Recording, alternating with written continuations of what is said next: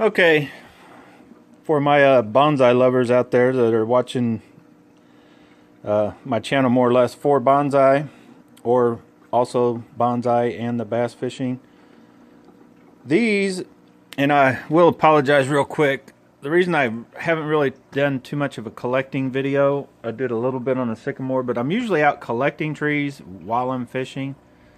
And that's what happened yesterday. I caught a lot of fish, ended up collecting these trees, but I ran out of memory on my phone. I missed some of the fishing footage also. So basically I just got these gathered up, brought them home as the storm was rolling in. I hurried up and got them potted. I did put them in. They're technically wouldn't be ready for pots, but I went ahead and potted them up into these bonsai pots because I had them. And I have no clue what types of trees these are. But I'm also going to update you on, the other trees and where they're at now. Some of them are starting to leaf out.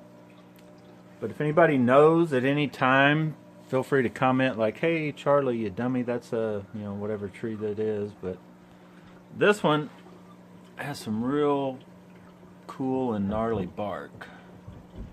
And I think it was actually somewhere here, this was all under. And there's where the base originally started, and I kind of got it just to fit in the pot at kind of a weird angle. But it's got, I've got enough roots that saved with it that it should be okay. We've got plenty of branching. This is just like I said, when you first collect these, they need at least a year, some of them 2 years to grow out before you can actually, start pruning and mess with them to get them to, look like a bonsai tree. What I start with is look for, first of all, something you'll be able to get out of the ground. It's not stuck in a rock to where it won't come out. But you want something that, has a good, something interesting already going on. A real good thick trunk, a gnarled up, beat up trunk. You don't, nobody wants just a straight, 2 foot of straight stem and then into a tree, because you can go to any nursery and buy that. What makes a cool bonsai tree like this one, now just looks like, just a clump of wood, and you're probably thinking that I'd burn that in my pit. But as long as it lives and these start branching out, and you do what they call ramification with any of these as far as the branching, and you develop a canopy over the top of that gnarly looking trunk that's already there, which if you started with a either nursery or it would take years to even get something fairly thick or would look like anything. So it's sort of a shortcut. Go out and find something that's already terrorized this tree for like 10, 15 years in nature, and it's still alive. And if you can keep it alive, get it planted up, and then prune back and shaped enough to the branching system, which usually only takes a couple years. And then you got a tree that looks like it's 15, 25, 30, 40 years old, to where if you started with one and started wiring everything, the trunk when it was small enough to shape and twist, and you're still, first of all, you're going to be about 20 years, and I don't have 20 years to do that. But anyway, just thought I'd give you a heads up on where we're headed. You'll see some of the stuff, where the trees are headed and how far they are along. Picked up this at some type of maple, I believe. Starting to leaf out already, but the main reason I picked it up, it's got this real cool trunk already going. So it's like 4 fingers, and what's weird and cool about this one, it actually had a 5th. So if that one would have still been alive, this thing would have looked like almost a hand. I don't know if you could make out what I'm seeing there, but like a gloved hand. Would have been real cool. But anyway, this is going to be an early development, but that's going to be a cool trunk. Here's the wisteria. I did pick up, this one's a huge plant. I'm not sure what I'm going to do yet this year. You can see the sycamore behind it. And then I've got a little one I picked up. This was, I forget what he had told me. This one's a different variety. It's a very small, not really any kind of a tree shape or form. This one You can already see sort of has what would look like a good trunk going, and not too far up it's already got this, you know, a couple good branches already started. So I could actually come in probably now and chop it here. I'm not sure how. I'm trying to figure out what time to. I want to try to keep what's going on up alive. So I don't know if I want it to bloom out, then chop it off, and then replant these as like cuttings where the vinyl itself will live, and then turn this into a tree.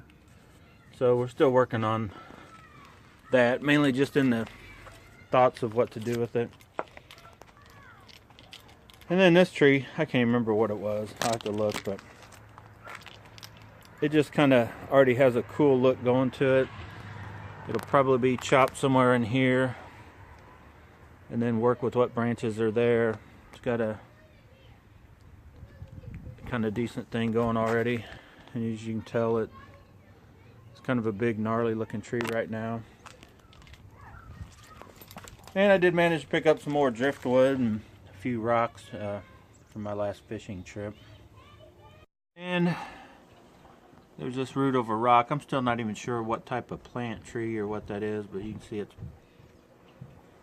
popping out into,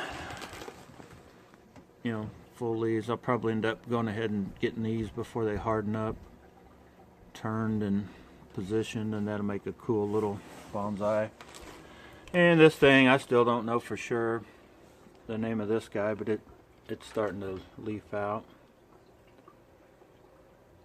I'm kind of just, these are in the stages of, you know, see what comes out, which limbs have actually died off by the, you know, roots that were left when I planted them. Got them potted up, but this one looks like, I don't know, maybe some of these outer limbs may not be alive, but we'll see. Let it pop out and let it probably just grow the rest of this year, and then cut it. And this one here, of course these don't really do much, but this guy here, I'll try to get up on some of the bigger ones. I don't know if you can make out. Yeah, see those are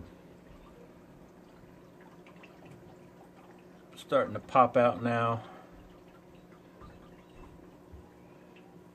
Won't be much longer. It looks like most of these are going to pop out, and this will have a huge canopy for this year. Then I'll probably cut off some of it and, you know, more or less prune it back pretty hard at the end of this year.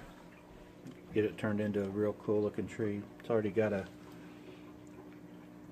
definite, powerful, good trunk. Then on to, of course, this is the one I just got. It's going to take a little while for it to kick in, and it'll start leafing out here shortly, as long as it lives. But this ficus, it was one of the first ones I'd got, and I cut it back pretty hard. I don't know if you can try to get a shot where you can make out. This camera's not real good at focusing on something back behind, but you know, here you can see that real light green color. That's new leaves already starting to pop out on it. Then this guy, I don't know, it just always looks the same. I can't really tell if anything's growing or what it's doing. It looks real green, but it's not growing much.